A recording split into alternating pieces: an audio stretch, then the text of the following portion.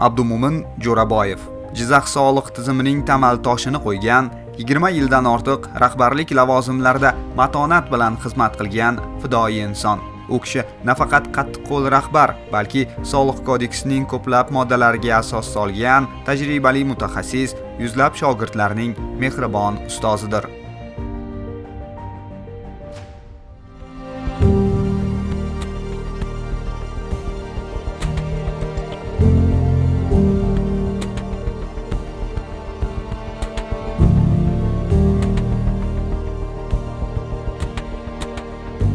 Kayfiyatim yaxshi bo'lishiga sizlardan hissalarim juda ko'p bo'ldi. Rahmat. Eng ilgisi odamni so'rab turgan bor-ku. So'rab, holing qanday, ahvoling qanday deganning o'zi oldinga bitta tog'ni ko'chirib kelib qo'ygandek bo'ladi-da odam. Shu odam ruhan cho'kib qoladi-da, eng yomon narsa mana shu. Mana shu so'rab turdilaring rahmat.